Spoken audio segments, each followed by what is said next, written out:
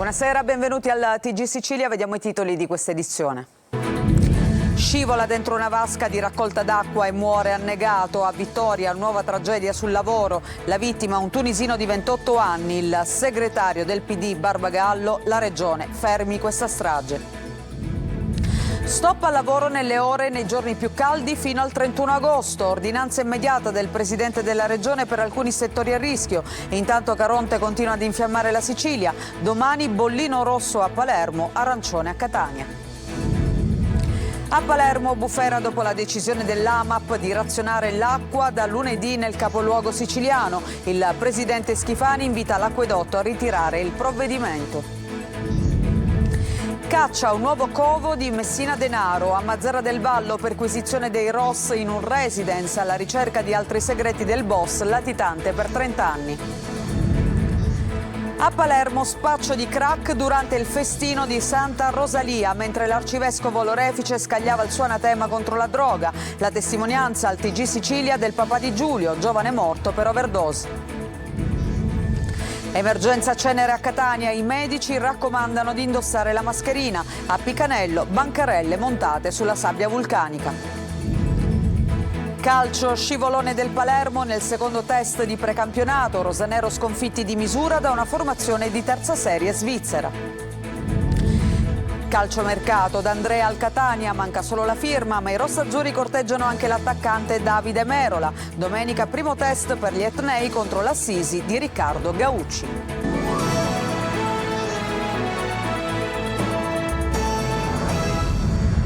Bentrovati, avete sentito nei nostri titoli in primo piano c'è un'altra tragedia sul lavoro. Stava lavorando ai bordi di una vasca di raccolta d'acqua in un'azienda agricola a Vittoria, siamo nel Ragusano, quando è scivolato ed è morto annegato. Un tunisino di 28 anni allunga così la lista delle morti bianche in Sicilia. Il segretario del PD Barbagallo dice solo 50 ispettori su 280, la regione si impegni per fermare questa strage. Roberta Lunghi. Si chiamava Khair Zamoul, 28 anni, di origine tunisina. L'uomo morto oggi sul lavoro in un'azienda agricola di Contrada Resinea a Scoglitti. Zamoul è morto annegato all'interno di una vasca di raccolta per le acque irrigue. Stava lavorando probabilmente per curare la manutenzione della vasca di raccolta, profonda 6 metri. Il bordo scivoloso in plastica avrebbe fatto perdere aderenza all'uomo scivolato dentro e non più risalito. Ad allertare i soccorsi un uomo che si trovava all'interno dell'azienda. A intervenire dopo il distaccamento di Vittoria il gruppo sommozzatori dei Vigili del Fuoco proveniente da Catania che ha recuperato l'uomo ormai senza vita. Il caso è stato indicato dagli investigatori come incidente sul lavoro, l'ennesimo che allunga la lista dei morti in Sicilia. Fino a maggio erano 17.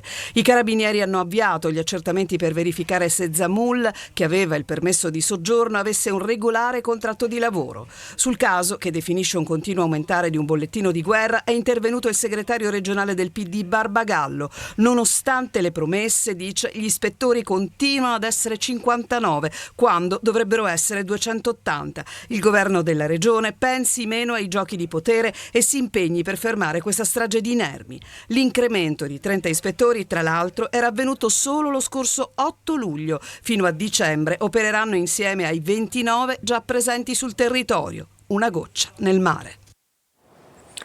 Stop al lavoro all'aperto e sotto il sole nelle giornate troppo calde. Con un'ordinanza urgente che entra in vigore subito, il governatore Renato Schifani ferma agricoltura ed edilizia dalle 12:30 alle 16 nei giorni di maggiore caldo. Manlio Viola. Divieto di lavoro in Sicilia nelle ore e nei giorni più caldi per alcuni settori a rischio. È quanto prevede un'ordinanza urgente firmata dal presidente della regione siciliana Renato Schifani, valida con efficacia immediata e fino al 31 agosto di quest'anno per gli addetti ai settori agricolo, florovivaistico, edile e affini che svolgono attività fisica intensa e in prolungata esposizione al sole. Si tratta di un provvedimento urgente, spiega il presidente della regione, che ha assunto in piena autonomia per tutelare la salute dei lavoratori più esposti al sole in questa questa fase in cui la Sicilia è interessata da un'eccezionale ondata di calore.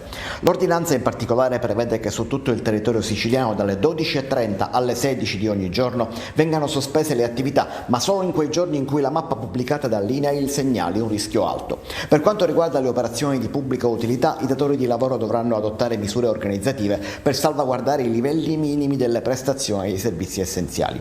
Per chi opera in queste condizioni in ambienti esterni i rischi sono elevatissimi, continua Schifani. Gli effetti dei colpi di calore possono anche essere letali. Plaude alla scelta la CISL, un risultato per il quale abbiamo alacremente lavorato, dice il segretario generale Sebastiano Cappuccio. L'auspicio è che su tutti i temi si segua il metodo del confronto e della concertazione. Quest'ultima una velata polemica con gli altri sindacati che invece annunciavano manifestazioni di piazza che adesso ritirano come CGIL e UIL, che a loro volta però considerano l'ordinanza frutto della loro pressione. E intanto c'è Caronte, l'anticiclone africano che sta roventando la Sicilia, in alcune zone dell'isola anche picchi di 43 gradi. Palermo da bollino rosso anche nei prossimi 2 giorni per il rischio di ondate di calore. Arancione a Catania. Marco Gulla. Caldo, afa, umidità, la peggiore combo in questo periodo di metà luglio. Temperature che in alcuni centri toccheranno anche i 40 gradi, con bollino rosso a Palermo e giallo a Catania e Messina. Il tutto sotto un sole cocente. L'anticiclone africano imperversa sulla nostra isola. Questa probabilmente, secondo gli esperti, sarà la settimana più calda dell'estate 2024, con picchi oltre i 40 gradi. Bollino rosso, cosa vi chiedono principalmente i turisti? La granita con tè al limone si rinfrescano, e poi del gelato con le brioche, diciamo cose rinfrescanti, perché con questa allerta meteo proprio siamo accaldati da morire. Secondo gli esperti, Caronte diventerà sempre più potente con la colonnina di mercurio che insistentemente continuerà a salire, mantenendosi di giorno sempre sopra i 34-37 gradi su tante città, con picchi addirittura di 42-43 gradi sulle zone interne della Sicilia. E allora il rimedio non può che essere bere tanta acqua. Sì, diciamo di sì, poi poca ombra, per cui tanto caldo. Gli altri quali sono? Gli altri metodi quali sono? Stare all'ombra, ma l'albero non c'è, alberi non ci sono, quindi stiamo a casa, aria condizionata, coi piedi dentro la vasca e basta. E allora scappate a casa? Sì, stiamo proprio andando là, grazie. Ma attenzione, perché questo turista australiano la pensa diversamente rispetto alla maggioranza. Sì, è vero caldo. In Australia non fa freddo in Australia. meglio il caldo o il freddo? Caldo per me. E allora sei nella regione giusta. E a Palermo è bufera, invece dopo la decisione dell'AMAP, l'azienda Acquedotti, di avviare da lunedì il razionamento dell'acqua nel capoluogo siciliano. Sentiamo. Arriva il razionamento dell'acqua a Palermo e scoppia il caos. L'annuncio di un piano in via di definizione da parte dell'Acquedotto AMAP fa saltare sulla sedia l'intera cabina di regia per l'emergenza idrica e il presidente della regione, la cui reazione è veemente. La decisione di avviare un piano di razionamento dell'acqua a Palermo sorprende per i tempi, il metodo e il merito seguiti, dice il capo della protezione civile siciliana Salvo Cocina. L'AMAP avrebbe dovuto adottare un approccio più collaborativo, dice invece un infastidito presidente Schifani, che invita poi l'Acquedotto a ritirare il provvedimento e il sindaco di Palermo, Roberto Lagalla, a valutare di rimuoverne il presidente, il cui incarico è peraltro scaduto. Intanto sui social circola un calendario della sospensione della distribuzione idrica nei quartieri palermitani, una fake news subito smentita da AMAP che annuncia querele nei confronti degli autori. Il piano è in fase di predisposizione e dunque non esiste un calendario di razionamento. Quel che approda in città per disagi è soltanto una minima parte di quel che avviene nelle campagne. Fra Enna e Caltanissetta, acqua potabile nelle case dei paesi interni anche ogni 3 giorni. Nelle campagne del Trapanese e nell'Agrigentino acqua a reflua per irrigare. Nelle campagne della Sicilia centro-orientale adesso invece esplode anche l'allarme cinghiali che, non trovando cibo a causa della siccità, saccheggiano interi campi coltivati. A Mazara del Vallo, perquisizione dei ROS in un residence alla ricerca di un nuovo rifugio di Messina Denaro e dunque di altri segreti. Ci sono da scoprire molti segreti su Matteo Messina Denaro. Sono le parole del procuratore di Palermo e capo della direzione distrettuale antimafia Maurizio De Lucia, e alcuni di questi segreti sono forse collegati a una chiave ritrovata all'interno dell'auto che era stata sequestrata al boss all'interno di un garage di fronte al cosiddetto terzo covo di Campobello di Mazara, 5 giorni dopo la sua cattura avvenuta a Palermo il 16 gennaio 2023. Quella chiave apre il cancello di un condominio di Mazara del Vallo in via Castelvetrano 45C, ed è lì che i carabinieri del ROS stanno effettuando perquisizioni negli appartamenti alla ricerca di un altro ipotetico covo.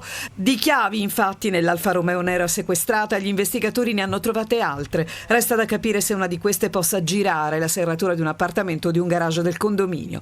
Che Messina Denaro si spostasse spesso verso Mazara del Vallo si è scoperto grazie all'analisi del cellulare e alle telecamere di sorveglianza della zona, che hanno svelato il passaggio proprio nei pressi del condominio, oggetto di perquisizioni, della Giulietta nera, del boss e dell'auto di una delle amanti. Tra le figure chiave per la sua vita e per la protezione della latitanza, Lorena Lancieri, la sua vivandiera, attualmente detenuta e condannata a 13 anni per mafia. La convinzione che Messina Denaro, morto all'Aquila il 25 settembre 2023, usasse conservare documenti e scritti di varia natura in luoghi diversi è ormai salda negli investigatori, che adesso, dopo i tanti pizzini trovati su salute, annotazioni personali, nei covi di Campobello, a casa della sorella Rosalia, recentemente condannata a 14 anni, sono adesso alla ricerca di riscontri su affari e dunque su rendiconti di denaro. A distanza di 1 anno e mezzo dalla sua cattura sono 14 i complici arrestati e le case sospette passate al setaccio, come le villette sul mare di Torretta Granitola, suggestivo luogo tra Campobello di Mazara e Mazara del Vallo. Sono tante le chiavi da provare per aprire qualche porta, mentre le indagini proseguono serrate. Il crack è la nuova peste, sono state queste le parole dell'arcivescovo di Palermo Lorefice pronunciate durante il festino di Santa Rosalia. Eppure mentre Lorefice parlava, nelle zone vicine, quindi non lontano, i pusher spacciavano proprio il crack sotto gli occhi di tutti. Vi vogliono pupi dipendenti da manovrare per i loro perversi guadagni. Rimanete liberi con Rosalia. Parole forti, dure, quelle dell'arcivescovo di Palermo Corrado Lorefice. Il suo anatema durante la celebrazione del festino di Santa Rosalia si sperava potesse scuotere qualche coscienza, e invece no. L'arcivescovo ha bacchettato anche la politica, che poco ha fatto per fronteggiare l'emergenza. Mentre Lorefice parlava proprio nel perimetro del festino, c'è chi però spacciava liberamente crack. A raccontarlo ai nostri microfoni è il papà di Giulio, giovane morto per overdose, proprio da crack. Entrando a casa, perché ero andato anch'io al festino, la vucciria era piena di spacciatori, stavano facendo il loro lavoro di cedere la morte a giovani ragazzi. Eppure le forze dell'ordine presidiavano tutta la zona, ma nessun pusher è stato fermato o arrestato. È stata una cosa che mi è sembrata assolutamente paradossale e grottesca, che in tutte le traverse del centro storico erano presidiati dalle forze di polizia, però alla vucciria stava accadendo questo così, senza nessun pudore. Il crack è la nuova peste, ha più volte gridato l'arcivescovo Lorefice. È una peste molto silenziosa e insidiosa, perché allo Stato non si vede nulla, però è un fenomeno molto sotterraneo, molto nascosto, e purtroppo io penso che entro la fine dell'anno cominceremo a vedere dei risultati purtroppo nefasti. Caterina Sciotto, di 83 anni, è deceduta al Piemonte di Messina dopo essere stata investita mentre attraversava la strada con un parente questa mattina in via La Farina. Il parente è rimasto illeso, mentre la donna è apparsa subito grave e trasportata al nosocomio. Alla guida dell'utilitaria c'era una donna di 84 anni che è sotto shock.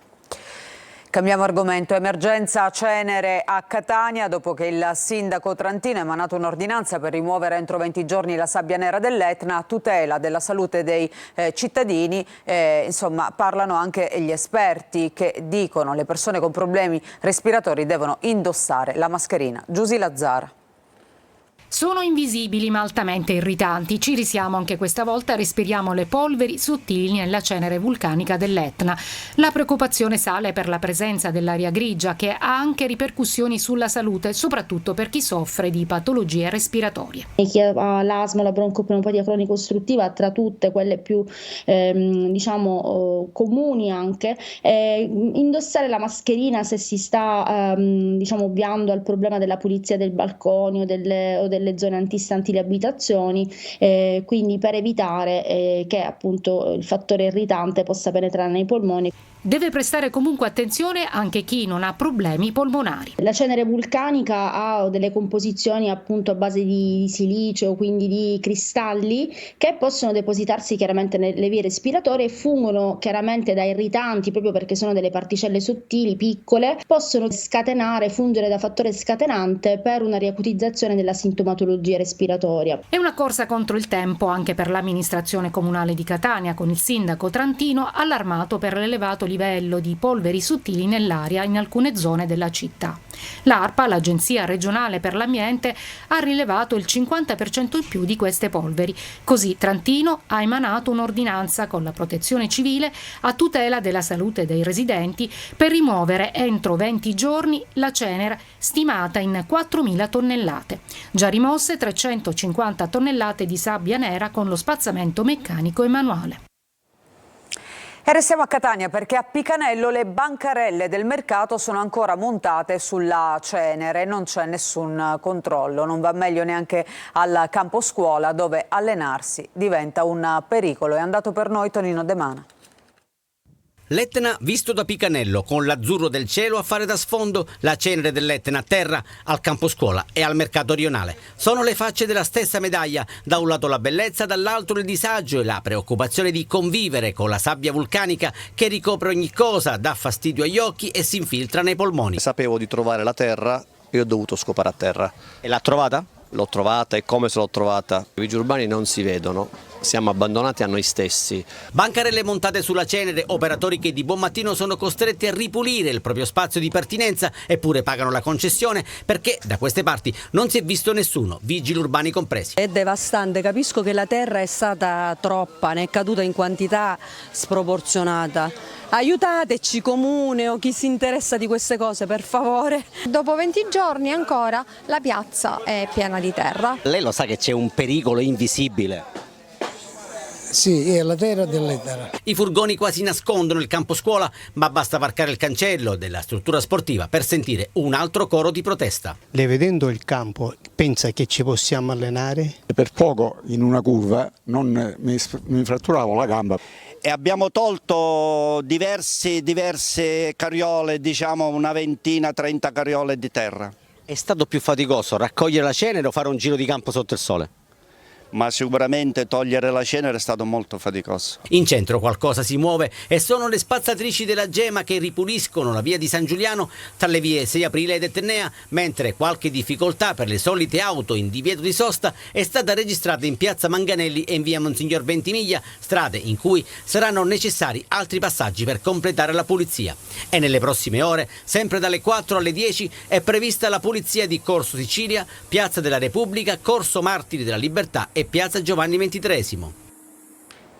Francesco Curcio è il nuovo procuratore di Catania. La decisione ha spaccato il CSM, l'attuale procuratore di Potenza ed ex sostituto alla Procura Nazionale Antimafia, ha ottenuto 13 voti, mentre il procuratore aggiunto di Catania Francesco Puleio 12. 3 si sono astenuti e 4 erano assenti. Andiamo a Messina, dove la tassa sui rifiuti diminuisce anche di 1/3, questo grazie alla raccolta differenziata e soprattutto alla lotta agli evasori. Francesco Triolo. Anche il 33% in meno sulla bolletta Tari. Dopo anni di costi lievitati a dismisura per la gestione dei rifiuti, a Messina il Consiglio Comunale approva la nuova tassa che diminuisce per la prima volta dal 2013. I messinesi pagheranno di meno, grazie soprattutto al gran lavoro portato avanti per scovare le utenze fantasma, gli evasori ed i furbetti, un tasso di evasione stimato intorno al 40%. Quel motto, pagare tutti per pagare meno, lanciato un paio d'anni fa, adesso diventa realtà. Lo studio di contrasto all'evasione ha riguardato quasi 8.000 utenze domestiche, quasi 7.000 società e oltre 2.000 professionisti. Più di 38.000 gli accertamenti che Palazzo Zanca ha inviato soprattutto ad aziende e professionisti, avvocati, commercialisti, ordini professionali. Sono stati scoperti quasi 2 milioni di metri quadri in più di superfici commerciali che non erano state dichiarate.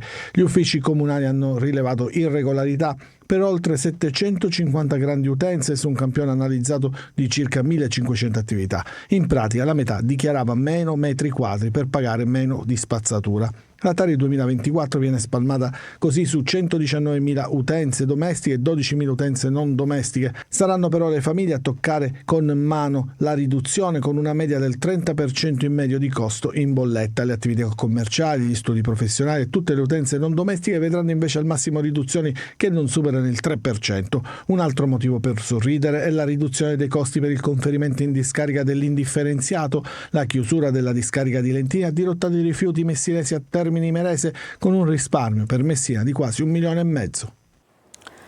Ad Agrigento una delle spiagge di San Leone è colma di detriti dopo i lavori di ripristino della pista ciclabile. La gente è indignata ed è costretta a fare il bagno tra i frantumi e la paura di farsi male è tanta. Davide Sardo. Non sapevamo neanche fosse in queste condizioni, sinceramente. Non ci aspettavamo che ci fossero alberi che uscissero dalla sabbia, questo genere di cose. Ma è pericoloso fare il bagno qui in questo mare? Sì, molto pericoloso, è una vergogna avere una terra del genere e ritrovarci così. Chi mangia fa molliche, il problema è che quando finisce di mangiare non raccoglie le molliche. Ecco metaforicamente ciò che accade ad Agrigento, dove è ormai prassi consolidata nel tempo che quando si concludono dei lavori non si ripristina lo stato dei luoghi iniziale, rimuovendo materiali e detriti. Si tratta di lavori compresi e pagati nell'appalto, che a sua volta è pagato dai cittadini. Nessun organo preposto al rispetto dell'obbligo contrattuale interviene. Adesso tale regola di inciviltà e di strafottenza è stata appena confermata a San Leone, la frazione balneare di Agrigento, al Viale delle Dune, dove già da alcune settimane sono conclusi i lavori di recupero della pista ciclabile travolta dall'erosione marina. Sul posto vi sono ancora i guardrail scassati, i tronchi d'albero sradicati, altro materiale risulta e finanche tubi di ferro sporgenti in acqua a rischio di gravi incidenti. Qui un cantiere è stato dismesso, un lavoro pubblico, non privato, e ci sarà stato sicuramente qualcuno che avrà certificato che i lavori sono stati svolti a regola d'arte. Invece vediamo guardrail abbandonati qui sugli scogli, rami lasciati in spiaggia, ferri che fuoriescono dal mare, dalla battigia e i bambini che giocano tutto intorno. Questo è un lavoro fatto male, ma soprattutto è un pericolo pubblico. Una testimonianza di mancanza di responsabilità e di incoscienza che ha tanto indignato l'opinione pubblica. Ai bagnanti si raccomanda attenzione. E noi ci fermiamo per una breve pausa, ritorniamo tra poco con il calcio, con il Palermo, il secondo test precampionato che non è andato bene, poi naturalmente con le ultime di calciomercato. A tra poco.